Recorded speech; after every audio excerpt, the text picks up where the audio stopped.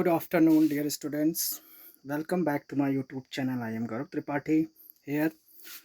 Uh, सुबह जो है मैंने रॉबर्ट फ्रॉस्ट की पहली पोएम जो कि आपके सिलेबस में है डस्ट ऑफ स्नो उसको एक्सप्लेन किया था, उसको अच्छे से समझाया था कि उस पोएम में क्या है, मीन्स थीम क्या है, मैसेज क्या है। हालांकि कुछ चीज़ें उसमें रह क्या गई थी, वो लिटरेरी डिवाइसेस वगैरह, उसका क्रिटिकल अप्रिसिएशन बचा था। बाकी तो सारा कुछ मैंने उसमें डिस्क्राइब कर दिया था। उसकी राइम स्कीम बतानी थी। हालांकि अगर बात करते हैं तो चलो डिस्कस कर लेते हैं राइम स्कीम भी। राइम स्कीम की अगर बात करेंगे तो यहाँ पर देखिए इसमें क्या है। The way a crow shook down on me the dust of snow from a hemlock tree। यहाँ पे अगर देखा जाए तो इसका जो crow and snow means first line and third line rhymes together. तो this line stand for A, then me stand for B. Again snow means the same sound, it is also A. And tree means the second and fourth lines rhymes together, so here again B. So the rhyming scheme of first stanza A B A B। Okay, rhyme scheme क्या होती है, जैसे कि जब जो line होती है किसी स्टैंजा की तो वो किसके साथ उसकी मैचिंग, राइम मीन्स एक जैसी आवाज़ आना, एक जैसी साउंड प्रोड्यूस होना, उसको राइम बोलते हैं। तो यहाँ पे देखो पहली लाइन है, इसमें लास्ट जो वर्ड है क्रो उससे साउंड आ रही है ओ की। फिर सेकेंड लाइन जिसमें लास्ट वर्ड है मी उसमें आवाज़ आ रही है ई की। Then third line again snow, इसमें भी आवाज़ ओ की आ रही है। तो इसलिए ये जो फर्स्ट लाइन और थर्ड लाइन ये एक साथ राइम कर रही हैं, और सेकंड में मी एंड फोर्थ में ट्री, तो ये एक साथ राइम कर रही हैं। तो जब फर्स्ट के लिए हमने ए लिख दिया तो वैसी साउंड जिन जिन लाइन में हमें मिलती जाएगी उसके लिए हम ए लिखते जाएंगे। सेकंड लाइन को हमने बी लिख दिया तो ये साउंड जिन भी लाइन में आएगी उसके लिए हम बी लिखेंगे। तो फर्स्ट स्टेंजा की rhyme scheme A B and A B. Then उसके बाद सेकेंड स्टेंजा देखिए, he has given my heart a change of mood and saved some part of a day I had rued। Here again means the first line rhyme with the second, first line rhyme with the third and second line rhyme with the fourth. Here again A B A B. So the rhyme scheme of the poem is A B A B. Okay, you can in this way you can write. And as I told you, the literary device symbolism is used here, metaphor also. The dust of snow in this line metaphor is there. Okay, so and here alliteration. Why it is alliteration? Because the sound of S consonant sound is repeated here, SS. Okay, in this way we can say. And in this line also alliteration has heart, means H is repeated twice. Actually in alliteration what is, the initial consonant sound is repeated again and again, twice or more than twice. Okay, and main difference between alliteration and consonance is there, that in consonance also the consonant sound is repeated but in anywhere, but in alliteration it is mandatory of repeating a sound in the beginning. Okay, so this is the basic difference. So now we are moving on our next poem, that is fire and ice. Okay, तो जब हम इस poem को पढ़ेंगे जो कि second poem है, हालांकि फर्स्ट नाम इसका फर्स्ट ही चैप्टर है, उसी में सेकंड पोएम है जो कि रॉबर्ट फ्रॉस्ट ने लिखी। ये भी एक छोटी सी पोएम है, इसमें भी दो स्टैंजा है, और पहला स्टैंजा है उसमें 4 लाइन है, और जो दूसरा स्टैंजा है उसमें हालांकि इन्होंने 5 लाइन कर दी हैं। ठीक है, तो इसके हम पोएम के टाइटल पे बात करते हैं, fire and ice. Fire, fire तो समझते ही होंगे आप लोग, फायर को क्या बोलते हैं, आग। फायर को क्या हिंदी में बोला जाता है, आग, खतरनाक होती है। आइस जस्ट अपोजिट, ठंडी होती है। लेकिन अगर हम बात करें इस पोएम को, जैसा कि मैंने बोला है कि जो रॉबर्ट फ्रॉस्ट हैं वो भैया अपने सिंबोलिज्म के लिए जाने जाते हैं। उनकी जितनी भी पोएम्स हैं सब एक बहुत बड़ा मैसेज लेकर चलती हैं। छोटी सी पोएम है, लेकिन जो मैसेज है, जो थीम है, वो बहुत बड़ी है। मीन्स इन 4 लाइन में या 8 लाइन में इन्होंने बहुत कुछ कह दिया। इसको अगर एक्सप्लेन करने पे आया जाए तो 2 से 3 घंटे आप लेक्चर दे सकते हो इनकी 4 लाइन पे, इतने कमाल के पोएट हैं। तो जब हम इसकी बात करेंगे, जब इसको पढ़ेंगे, सबसे पहले मैं सोचता हूँ, टाइटल बता ही दिया, फायर एंड आइस, जो कि दोनों ही अगर देखा जाए तो दिखने में तो अपोजिट होते हैं, क्योंकि एक गर्म होता है, एक ठंडा होता है। लेकिन यहाँ पे जो इन्होंने इस पोएम का जो टाइटल रखा है, जो फायर एंड आइस, ये सिंबॉलिकली किसी और चीज़ को रिप्रेजेंट करता है। मीन्स किसी और चीज़ का मतलब यहाँ पे है, इनकी ये पूरी पोएम जो है वो डिस्ट्रक्शन पे है। डिस्ट्रक्शन मीन्स बर्बाद हो जाना, दुनिया एक दिन ख़त्म हो जाना, वो ऐसा कहते हैं। मीन्स इसकी अगर समरी हम पढ़ेंगे तो रॉबर्ट फ्रॉस्ट का कहना है कि ये जो वर्ल्ड है, ये जो संसार है, ये एक दिन नष्ट हो जाएगा। और ये जो संसार जो नष्ट होगा वो केवल 2 चीज़ों से होगा, फायर एंड आइस। अब अगर कोई सिंपल पर्सन इसको पढ़ेगा या जिसको लिटरेचर की समझ नहीं है, आजकल बहुत से लोग होते हैं जो अपने को कहते हैं मुझे इंग्लिश इंग्लिश क्या इंग्लिश आती है, मुझे इंग्लिश में क्या है, इसको बस ऐसे पढ़ के ट्रांसलेट करना होता है, तो वो एक अलग चीज़ है। लेकिन जो लिटरेचर का रियल में जिसको नॉलेज होगा, क्योंकि लिटरेचर जो है वो mirror of the society, literature expresses the thoughts of the poet and writer. उसमें वो बहुत बड़ी बड़ी चीज़ें छोटी सी लाइन में बोल देते हैं, जिनका आप अपने तरीके से इंटरप्रिटेशन करोगे, उसके कई मीनिंग्स निकलते हैं। वैसे ही इस पोएम में अगर सिंपल देखा जाए, आग और बर्फ, इससे दुनिया का नष्ट होना, दैट इज डिफरेंट। बट जो पोएट के आइडियाज़ हैं, जो पोएट क्या कह रहा है यहाँ पे, तो यहाँ पे अगर हम बात करें, जो फायर है, आग, ये क्या है, ये हमारी एक्सेसिव डिज़ायर्स हैं। अब हम आ रहे हैं मेन मुद्दे पर, कि पोएट का कहना है कि जो ये वर्ड, जो ये ख़त्म होगा, जो वर्ड ये एक दिन जो ये मिटेगा, जो ये संसार नस्ते नाबूद होगा, उसके लिए कौन जिम्मेदार है? मनुष्य ही जिम्मेदार है। खुद मनुष्य की आकांक्षाएं जिम्मेदार हैं। मनुष्य इतना ज़्यादा ओवर एम्बिशियस हो गया है कि वो लगा हुआ है चीज़ों को कलेक्ट करने में, और excess of anything always result destruction. ये हमेशा याद रखना, किसी भी चीज़ की जब प्रचुरता हो जाती है, मीन्स वो आउट ऑफ लिमिट से जब हम उसको स्टोर करने लगते हैं, तो जायज़ सी बात है क्या होगा? डिस्ट्रक्शन होगा, चीज़ें नष्ट होंगी। तो ये फायर है। हालांकि भी इसको डिटेल में जब एक्सप्लेन करेंगे तब हम समझाएंगे। मतलब यहाँ पे इसका सिंबॉलिक मीनिंग बता रहे हैं। जो फायर है वो किस चीज़ को रिप्रेजेंट करती है? Means people's desire, means people are over ambitious, ambitions. Ice, दूसरी तरफ आइस है, आइस मीन्स बर्फ होती है, और आइस रिप्रेजेंट करती है कोल्डनेस को। और यहाँ पे कोल्डनेस से मतलब है हैट्रेड, नफरत होना, या कह सकते हैं जेलस होना। ओके, या हम कह सकते हैं जेलस होना। जो मनुष्य है वो आजकल आपस में ही एक दूसरे से इतना जेलस हो गया है, इतना उसको नफरत हो गई है कि वो बर्दाश्त ही नहीं करता कि कोई उससे आगे निकल जाए, या अगर कोई आगे चल रहा है तो उसको वो गड्ढे में गिराने की कोशिश करता है। तो इस चीज़ को ही उन्होंने बताया है कि जो मनुष्य है वही बर्बादी का कारण है। आजकल देख लो दुनिया में यही हो रहा है कि आदमी, इंसान जो है एक दूसरे से इतना ज़्यादा जलता है, इतना ज़्यादा वो नफ़रत करता है। अब यहाँ पे क्या है, देखो, जब आइस का मतलब क्या है, जब इंसान के अंदर कोई फीलिंग नहीं होती है, मीन्स ठंडा, आइस मीन्स ठंडा, ठंडी चीज़ को रिप्रेजेंट करता है।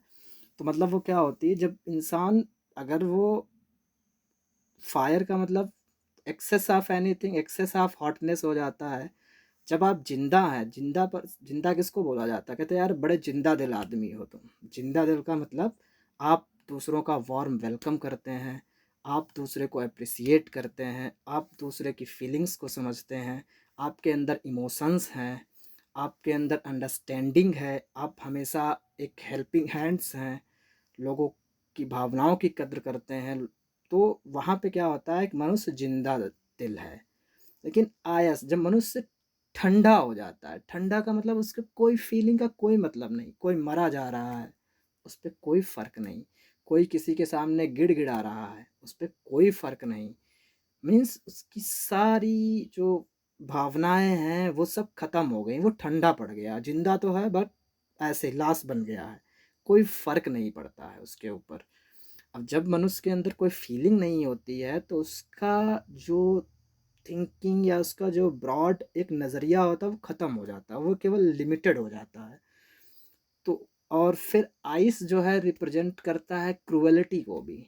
मनुष्य निर्दयी हो जाता है। निर्दयी किसको बोलते हैं? दया रहित। मीन्स अभी आपके सामने कोई चिल्ला रहा है, किसी को मदद चाहिए, लेकिन आप मतलब आपके अंदर दया है ही नहीं, आप उसकी मदद नहीं सुन ही नहीं रहे, क्योंकि आप तो मर चुके हैं ना। दिखने में जिंदा है लेकिन फीलिंग्स आपकी मर चुकी हैं, आपके अंदर के इमोशंस मर चुके हैं। तो यहाँ पे दोनों ही चीज़ें। तो रॉबर्ट फ्रॉस्ट यही बता रहा है कि इस पोएम में वो कहता है इस दुनिया का अंत होना है, वो देख रहा है। और इस दुनिया के अंत के लिए कौन जिम्मेदार है? खुद मनुष्य ही जिम्मेदार है। क्योंकि उसकी ये जो दो फील ऐसी चीज़ें हैं जो इस दुनिया को नहीं बचा पाएंगी। एक तो उसकी एक्सेसिव डिज़ायर्स, दूसरा उसका जो नेचर है, कोल्ड हार्टेड कह सकते हो, निर्दयी हो गया है वो, हैट्रेड हो गई, एक दूसरे से नफरत करने लगा है, एक दूसरे से जलस उसको होती है। तो ये सारी चीज़ें वो इसमें एक्सप्लेन करता है। तो चलिए हम इसको लाइन बाय लाइन देखते हैं। पोएट कहता है some say the world will end in fire, some say in ice. Means कहता है वो, कुछ लोग कहते हैं इस दुनिया का खात्मा एक दिन हो जाएगा, ये दुनिया खत्म हो जाएगी। किससे? फायर से, आग से। पोएट कहता है some say the world will end in fire, ये दुनिया आग में खत्म हो जाएगी, आग इसको खत्म कर देगी। सम से इन आइस, लेकिन कुछ लोग ऐसे भी हैं जो ये बोलते हैं कि नहीं, आग नहीं, इसको ये दुनिया बर्फ से पिघल कर खत्म होगी। वर्ड टू वर्ड अगर मीनिंग देखा जाए तो सेंटेंस का ये मीनिंग निकल रहा है। कोई कहता है दुनिया में आग लग जाएगी, कोई कहता है नहीं, वो बर्फ पिघलेगी, उससे सब कुछ उसी में समाहित हो जाएगा। But what is the view of poets here? According to the poet, fire represent for desires, human desires, ambitions. Poet कहता है कि यहाँ पे जो आग का मतलब है वो क्या है? हमारी इच्छाएं। क्या है? हमारी इच्छाएं। इच्छाएं क्या क्यों होता है? जैसे इसका एग्जाम्पल हम दे रहे हैं। आज मनुष्य क्या करता है? जैसे एक सिंपल, मैं एक मतलब एक सिंपल पर्सन जो एक सोच पाता है मनुष्य, वो क्या सोचता है?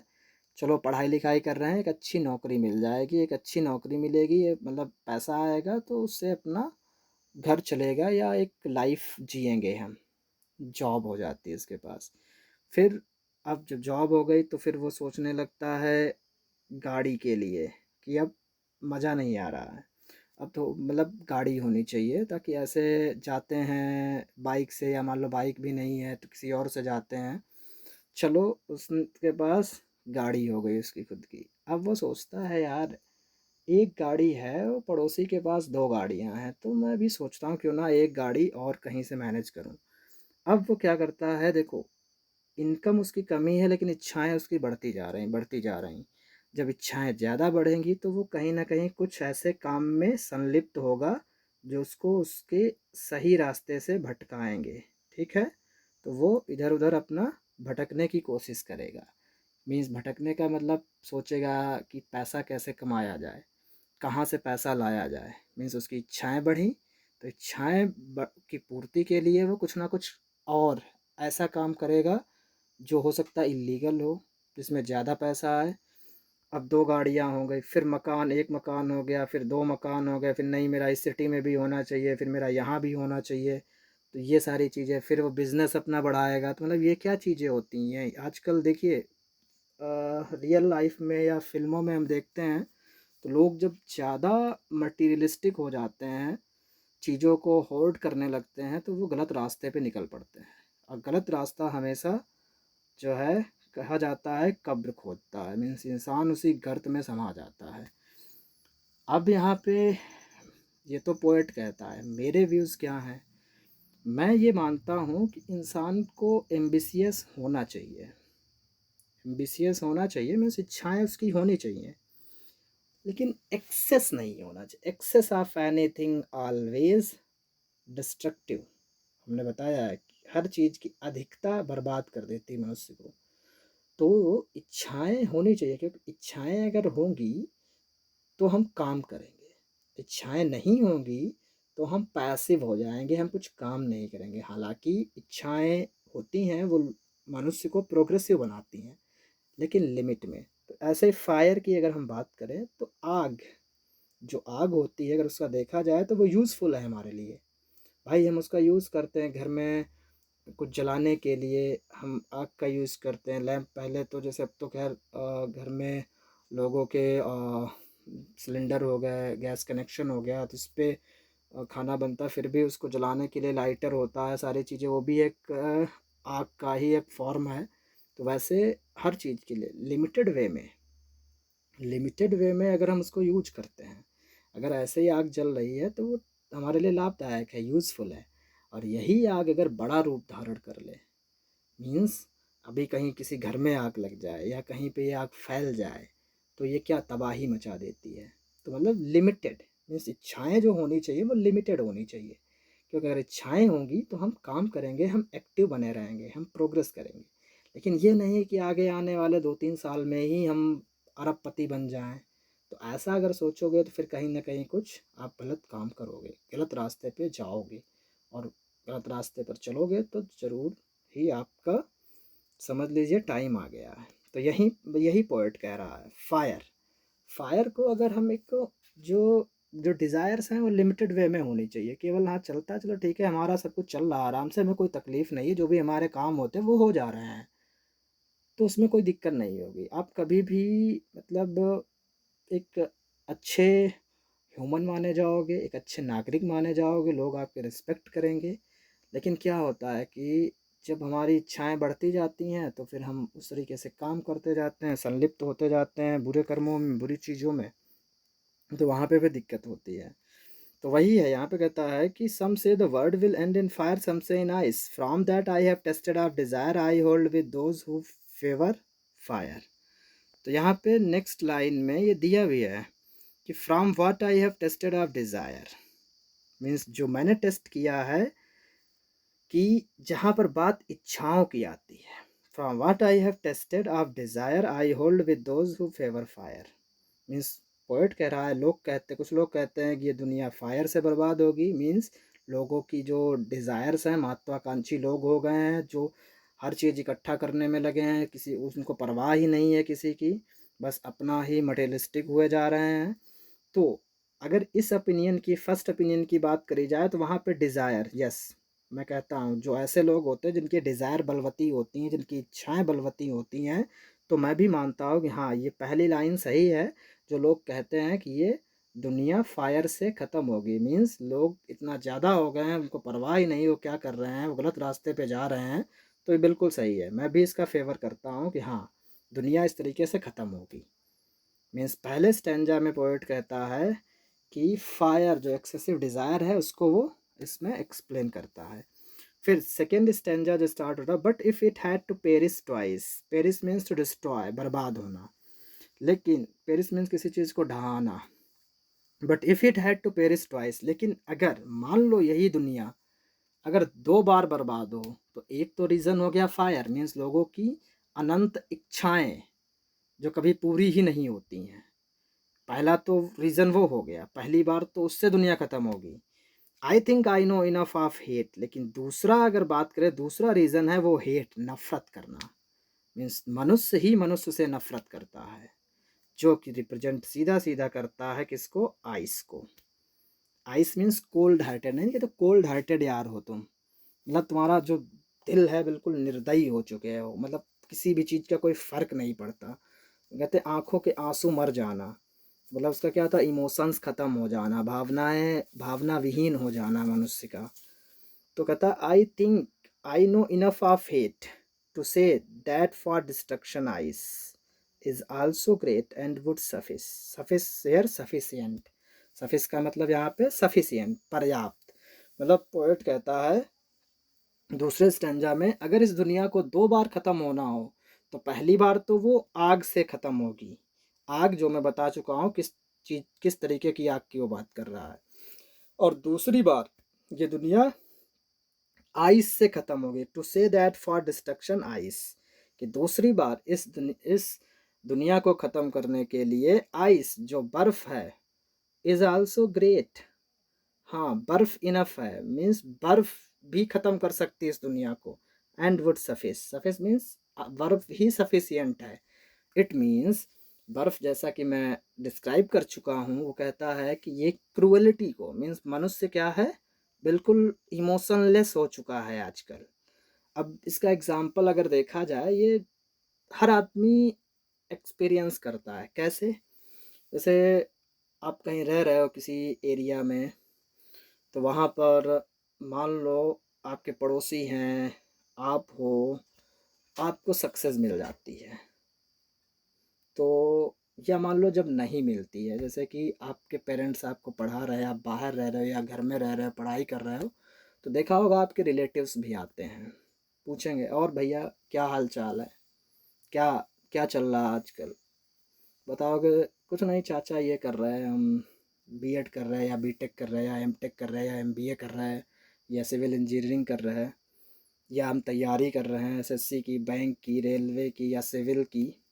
तो आके बड़े मौज लेंगे, क्या बोलेंगे, अरे अभी तक तुम्हारी पढ़ाई ही चल रही है, कब से पढ़ रहे हो, अच्छा बहुत दिन हो गए, देखो उनका लड़का है वो वहाँ रहता था, उसका हो गया, वो उसकी बहू है देखो वो, उसका लग गई उसमें नौकरी, या उसका वो डीएम हो गया, उसका वो एसपी हो गया। तो मतलब इस तरीके से वो बात करेंगे आपके सामने।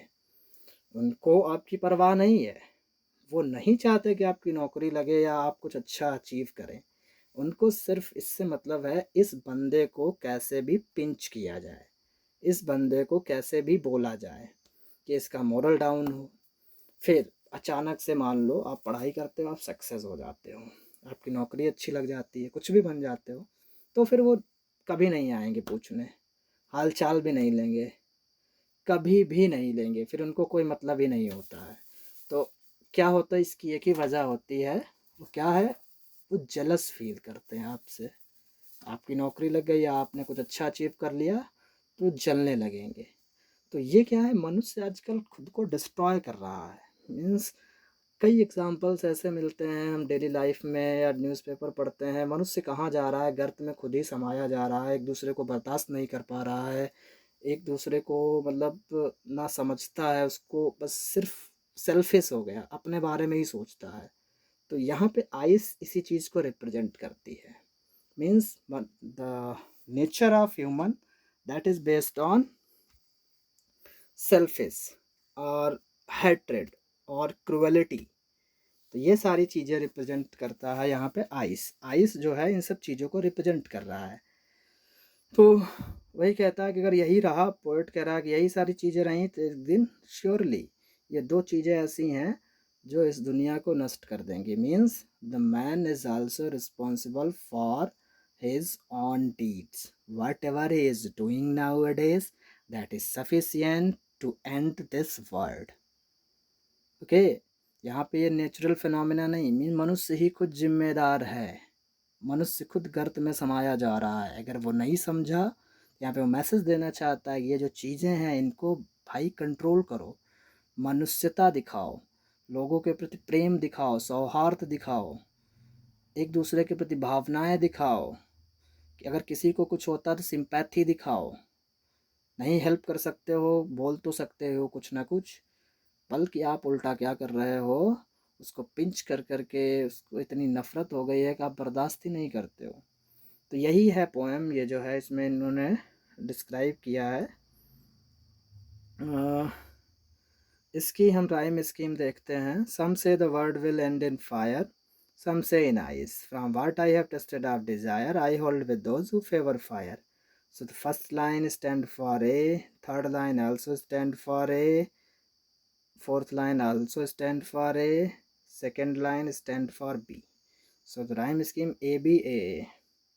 Again twice A, ice A, surface A. Okay, and here B B means first stanza A B A A, second stanza A B A B A, that is okay. So this is the rhyme scheme of this poem. I hope you all got to know what is the main idea of this poem. बाकी इसके जो question answer है उनको मैं बाद में discuss करता हूँ, सॉरी।